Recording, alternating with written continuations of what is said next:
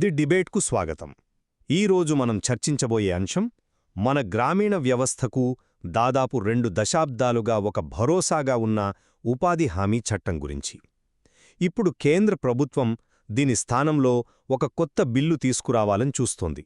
దాని పేరు Viksit Bharat guarantee for Rozgar and Ajeevika mission, అంటే సింపుల్గా VBGRAMG. అవును, ఈ విషయంపై ఈ మధ్య రేపటి కోసం దినపత్రికలో పెద్దాడ నవీన్ గారు రాసిన వ్యాసం ఒక పెద్ద చర్చకే దారితీసింది.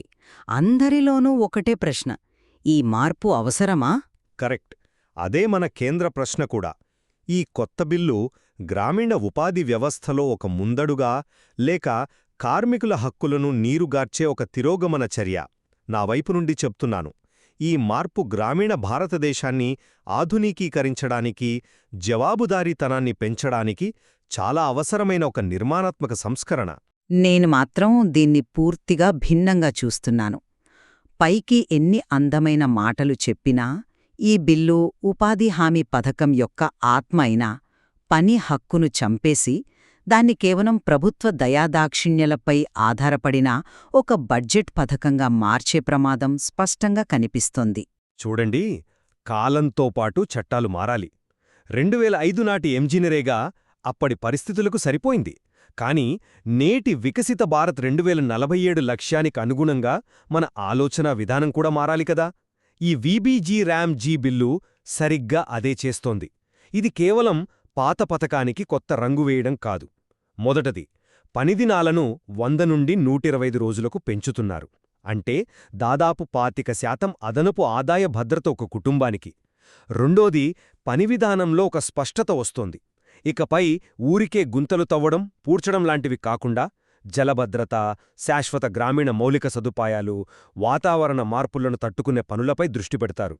అంటే మనం ఖర్చుపెట్టే ప్రతి రూపాయికి ఒక శాశ్వత ఆస్తి నిర్మాణం జరుగుతుందన్నమాట. అన్నిటికన్నా ముఖ్యమైనది జవాబుదారీతనం. బయోమెట్రిక్ హాజరు, పనులకు జియో ట్యాగింగ్, ఏఐతో పర్యవేక్షణ. ఇవన్నీ ఎందుకు? మనం లెక్కలు చూస్తే 2024-25లోనే దాదాపు 194 కోట్ల రూపాయలు దుర్వినియోగమయ్యాయని రిపోర్ట్లు చెప్తున్నాయి.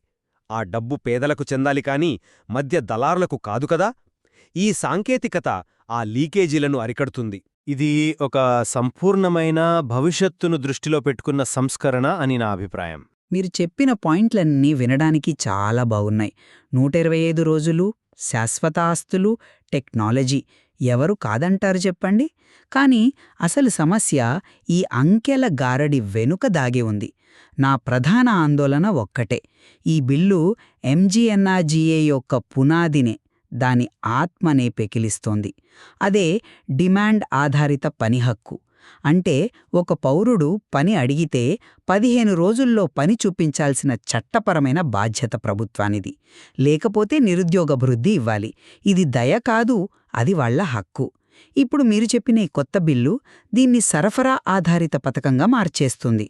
అంటే ప్రభుత్వం దగ్గర బడ్జెట్ ఉన్నంత వరకే పని, డబ్బులైపోతే చేతులెత్తేయచ్చు. కరోనా సమయానికి ఈ పాత చట్టం ఎంతమందిని ఆదుకుందో ఒక్కసారి గుర్తు తెచ్చుకుందామా? దాదాపు 8.6 కోట్ల కుటుంబాలు పని అడిగితే ప్రభుత్వం చట్టానికి కట్టుబడి 7.6 కోట్లకు పని కల్పించాల్సొచ్చింది. అదే ఈ కొత్త చట్టముండుంటే క్షమించండి, బడ్జెట్ లేదు, పని లేదు అని చెప్పే అధికారం ప్రభుత్వానికి ఉంటుంది. అప్పుడు ఆ కోట్ల మంది పరిస్థితేంటి? ఇక 125 రోజుల విషయానికొస్తే అది కేవలం కంటితుడుపు చర్య. గడిచిన 10 ఏళ్ల గణాంకాలు తీసి చూడండి.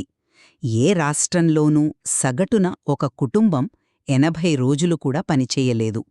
ఉదాహరణకు 2010-11లో తమిళనాడులో సగటు 54 రోజులైతే పంజాబ్లో కేవలం 27 రోజులు.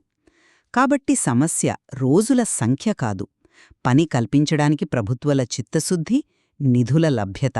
నిధుల సమస్యను మీరు సరిగ్గానే ప్రస్తావించారు. అందుకే ఈ కొత్త బిల్లు ఆ సమస్యకు కూడా ఒక పరిష్కారం చూపిస్తోంది. అదే కేంద్ర రాష్ట్రాల మధ్య 60:40 నిష్పత్తిలో నిధుల పంపిణీ. దీనివల్ల 2 ప్రయోజనాలున్నాయి. ఒకటి, ఇది సహకార సమాఖ్యవాదాన్ని, అంటే కోఆపరేటివ్ ఫెడరలిజంని బలపరుస్తుంది. పథకం అమలులో రాష్ట్రాలకు కూడా యాజమాన్య భావన కలుగుతుంది. కేంద్రం డబ్బులిస్తోంది, మనం ఖర్చు పెడుతున్నాం అనే ధోరణి పోయి ఇది మన పథకం కూడా అనే బాధ్యత వస్తుంది. ఒక్క నిమిషం. రెండవది, రాష్ట్రాలు కూడా తమ 40% వాటా పెడుతున్నాయి కాబట్టి సృష్టించే ఆస్తుల నాణ్యతపై, వాటి దీర్ఘకాలిక ప్రయోజనాలపై ఎక్కువ దృష్టి పెడతాయి. ఇది రాష్ట్రాలను మరింత బాధ్యతాయుతంగా మారుస్తుంది. ఇరు బాధ్యత అనే పదాన్ని చాలా తేలికగా వాడుతున్నారు. ఆచరణలో ఇది భారంగా మారుతుంది. ఉత్తరప్రదేశ్, బీహార్, ఒడిషా వంటి పేద రాష్ట్రాల పరిస్థితి ఏంటి? ఎక్కడైతే ఉపాధికి డిమాండ్ ఎక్కువగా ఉంటుందో ఆ రాష్ట్రాల ఆర్థిక పరిస్థితే అంతంత మాత్రంగా ఉంటుంది. వాళ్లు విద్య, వైద్యం లాంటి అత్యవసర రంగాలకు నిధులు కేటాయించడానికే ఇబ్బంది పడుతుంటారు. అలాంటిది ఇప్పుడు ఈ ఉపాధి పథకానికి 40% వాటా ఎక్కడ నుండి తీసుకొస్తారు? దీనివల్ల 2 ప్రమాదాలున్నాయి. ఒకటి, ఆ రాష్ట్రాలు తమ వాటా ఇవ్వలేక పథకాన్ని నీరుగార్చవచ్చు, లేదా ఇతర ముఖ్యమైన రంగాల నిధులను ఇటు మళ్లించి అక్కడ నష్టం కలిగించవచ్చు. దీనికి తోడు నార్మేటివ్ ఎలొకేషన్ అనే మరో ప్రమాదకరమైన నిబంధన ఉంది. దాన్ని నేను కొంచెం వివరిస్తాను. అంటే కేంద్రం ప్రతి రాష్ట్రానికి ఏటా ఇంత బడ్జెట్ అని ముందుగానే కేటాయించేస్తుంది. ఉదాహరణకి ఒక జిల్లాకు 10 కోట్లు కేటాయించారనుకుందాం. అక్కడ కరువు వచ్చి పనికి డిమాండ్ పెరిగి ఆ 10 కోట్లు 8 నెలల్లోనే అయిపోతే మిగిలిన 4 నెలలు ప్రజలు పని అడిగినా బడ్జెట్ అయిపోయింది, వచ్చే ఏడాది వరకు ఆగండి అని చెప్పేస్తారు. ఇది పని హక్కును ఎలా కాపాడుతుంది చెప్పండి? ఇది స్పష్టంగా హక్కును హరించడమే. మీరు కేవలం కార్మికుల కోణం నుండి చూస్తున్నారు. నేను మొత్తం గ్రామీణ ఆర్థిక వ్యవస్థ కోణం నుండి చూస్తున్నాను. నిధుల విషయంలో రాష్ట్రాలపై కొంత భారం పడుతుందనే వాదనలో కొంత నిజముండొచ్చు. బహుశా ఆ భారాన్ని తగ్గించడానికే ఈ పథకంలో మరో ప్రాక్టికల్ మార్పును ప్రతిపాదించారు. అదే వ్యవసాయ పనులు ఎక్కువగా ఉండే విత్తనాలు, కోతల సమయాల్లో 60 రోజుల వరకు ఈ పనులకు విరామమివ్వడం. దీనివల్ల రైతులకు కూలీల కొరత అనే ఒక పెద్ద సమస్య తీరుతుంది. వ్యవసాయ పనులకు కూలీలు దొరక పంటలు నష్టపోతున్నామని రైతులు ఎప్పటినుంచో ఆందోళన చేస్తున్నారు. ఈ విరామం వల్ల ఉపాధి హామీ పథకానికి, వ్యవసాయ ఉత్పాదకతకు మధ్య ఒక సమతుల్యత వస్తుంది. ఇది గ్రామీణ ఆర్థిక వ్యవస్థ మొత్తానికి మేలు చేసే చర్య కదా. అది సమతుల్యత కాదు, కార్మికుల నోట్లో మట్టి కొట్టడం. మీరు చాలా సున్నితమైన అంశాన్ని తేలిగ్గా తీసిపారేస్తున్నారు. ఇన్నాళ్లు ఎంజీఎన్ఆర్ఈజీఏ ఒక రిజర్వేషన్ వేజ్దా పనిచేసింది. అంటే ఏంటి? గ్రామాల్లో భూస్వాములు తక్కువ కూలీ ఇస్తే పేద కూలీలకు పర్లేదు, మాకు ఉపాధి హామీ పనుంది అని ఒక ధైర్యం ఉండేది. ఆ ధైర్యంతో వాళ్లు మెరుగైన కూలీ కోసం బేరమాడగలిగేవారు. ఇప్పుడు మీరు ఈ 60 రోజుల విరామం ఇవ్వడం ద్వారా ఏం చేస్తున్నారు? ఆ 2 నెలల పాటు వాళ్లకి ప్రభుత్వపరంగా ఉపాధి గ్యారంటీ ఉండదు. అప్పుడు వాళ్ళు బతకడానికేం చేయాలి? తప్పనిసరి పరిస్థితుల్లో భూస్వాములెంతిస్తే అంతకు పనిచేయాల్సిన దుస్థితికి వాళ్ళని నెడుతున్నారు. అంటే ఇన్నేళ్లుగా వాళ్లు సాధించుకున్న బేరమాడే శక్తిని ఈ ఒక్క నిబంధనతో పూర్తిగా నాశనం చేస్తున్నారు. ఇది వాళ్లను మళ్లీ భూస్వాముల దయాదాక్షిణ్యాలపై ఆధారపడేలా చేయడమే. దీన్ని మీరు సమతుల్యత అంటారా? ఇది కార్మిక హక్కులను కాలరాయడమే. నేను దాన్ని అలా చూడను. మనం దీర్ఘకాలిక ప్రయోజనాలను చూడాలి. ఈ కొత్త విధానం యొక్క లక్ష్యం కేవలం కూలీ ఇవ్వడం కాదు, దేశవ్యాప్తంగా ఒక పటిష్టమైన గ్రామీణ మౌలిక సదుపాయాల వ్యవస్థను నిర్మించకం. అందుకే వికసిత Bharat national rural infrastructure stock అనే ఒక వ్యవస్థను ఏర్పాటు చేస్తున్నారు. అంటే దేశంలో ఏ గ్రామంలో ఎలాంటి ఆస్తి అవసరమో గుర్తించి దాన్ని పీఎం గతిశక్తి ప్లాట్ఫామ్తో అనుసంధానించి ఒక ప్రణాళిక ప్రకారం పనులు చేపడతారు. దీనివల్ల నిధుల వినియోగంలో సామర్థ్యం పెరుగుతుంది. ఒక చెరువు తవ్వితే అది వ్యవసాయానికి ఎలా ఉపయోగపడుతుంది, దానివల్ల భూగర్భ జలాలు ఎలా పెరుగుతాయని శాస్త్రీయంగా ఆలోచించి పనులు చేస్తారు. ఇది దేశ నిర్మాణంలో భాగం.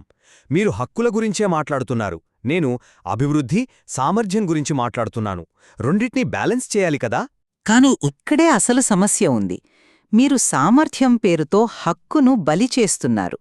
ఒక పథకానికి, ఒక చట్టానికి చాలా తేడా ఉంది. పథకమనేది ప్రభుత్వం ఇచ్చేది, ఇవ్వకపోతే అడిగే హక్కు మనకు లేదు.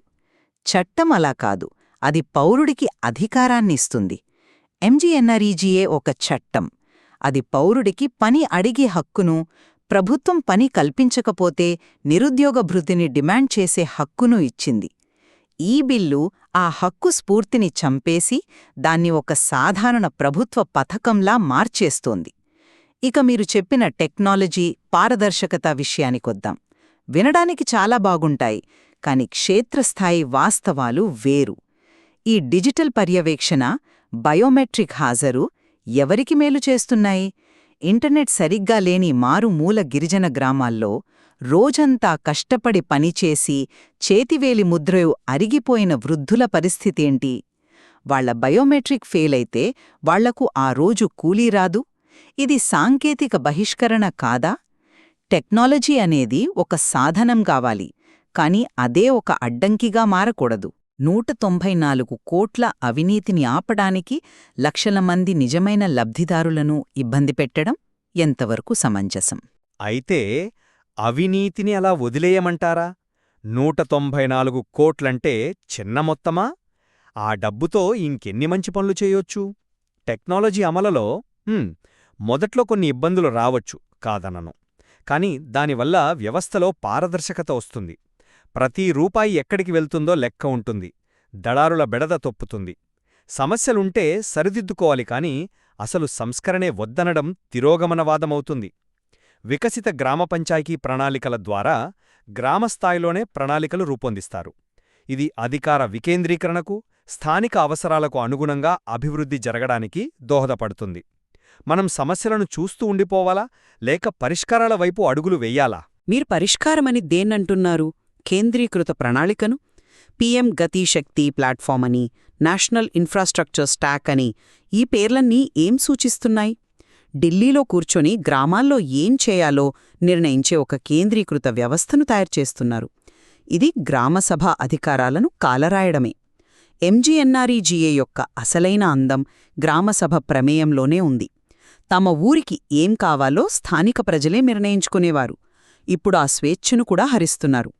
కాబట్టి ముగింపుగా చెప్పాలంటే, ఈ బిల్లు పాత చట్టంలోని లోపాలను సరిదిద్దే నెపంతో దాని ఆత్మనే నాశనం చేస్తోంది. నేను మీతో ఏకీభవించను. ముగింపుగా నా వాదనేంటంటే, వీబీజీ బిల్లనేది ఉపాధి హామీని కేవలం కూలి చెల్లింపుల కార్యక్రమంగా చూడకుండా దాన్ని దేశ నిర్మాణంలో ఒక కీలకమైన భాగంగా మార్చే ప్రయత్నం. ఇది జవాబుదారీతనం, రాష్ట్రాల భాగస్వామ్యం, శాశ్వత ఆస్తుల నిర్మాణమనే 3 బలమైన స్తంభాలపై నిలబడిన ఒక సమగ్ర అభివృద్ధి నమూనా. ఇది మారిన భారతదేశ అవసరాలకు, ఆకాంక్షలకు అద్దం పడుతుంది. నా ముగింపు స్పష్టంగా ఉంది. పైకి ఎన్ని మెరుగులు దిద్దినా ఈ బిల్లు గ్రామీణ పేదల సామాజిక భద్రతా వలయాన్ని ఛిద్రం చేస్తుంది. పని హక్కు అనే చట్టపరమైన ఆయుధాన్ని లాగేసుకుని వారిని మళ్లీ ప్రభుత్వ దయాదాక్షిణ్యపైలా, బడ్జెట్ కేటాయింపులపై ఆధారపడేలా చేస్తుంది. ఇది డిమాండ్ ఆధారిత భరోసా నుండి సరఫరా ఆధారిత పథకానికి మారడం. ఇది స్పష్టంగా ఒక తిరోగమన చర్య. దీని దీర్ఘకాలిక పర్యవసానాలు గ్రామీణ సమాజంపై తీవ్రంగా ఉంటాయి. మన చర్చను బట్టి చూస్తే ఈ మార్పు యొక్క ఉద్దేశ్యాలు, పద్ధతులపై మన మధ్య స్పష్టమైన భిన్నాభిప్రాయాలున్నాయి. నేను దీనిని సామర్థ్యం, అభివృద్ధి కోణంలో చూస్తుంటే, మీరు దీనిని హక్కులు, సామాజిక భద్రత కోణంలో చూస్తున్నారు. రెండూ ముఖ్యమైనవే. నిజమే. ఏ చట్టమైనా దాని అసలు ప్రభావం క్షేత్రస్థాయిలో అది ఎలా అమలు చేయబడుతుంది అనే దానిపైనే ఆధారపడి ఉంటుంది. ఈ బిల్లులో ఇంకా చర్చించడానికి, లోతుగా విశ్లేషించడానికి ఎన్నో అంశాలున్నాయి. ఈ చర్చ ఈ సంస్కరణకు సంబంధించిన 2 భిన్నమైన, కీలకమైన దృక్కోణాలను శ్రోతలకు అందించిందని ఆశిస్తున్నాను. దీనిపై తుది నిర్ణయం వాళ్ల విజ్ఞతకి వదిలేద్దాం.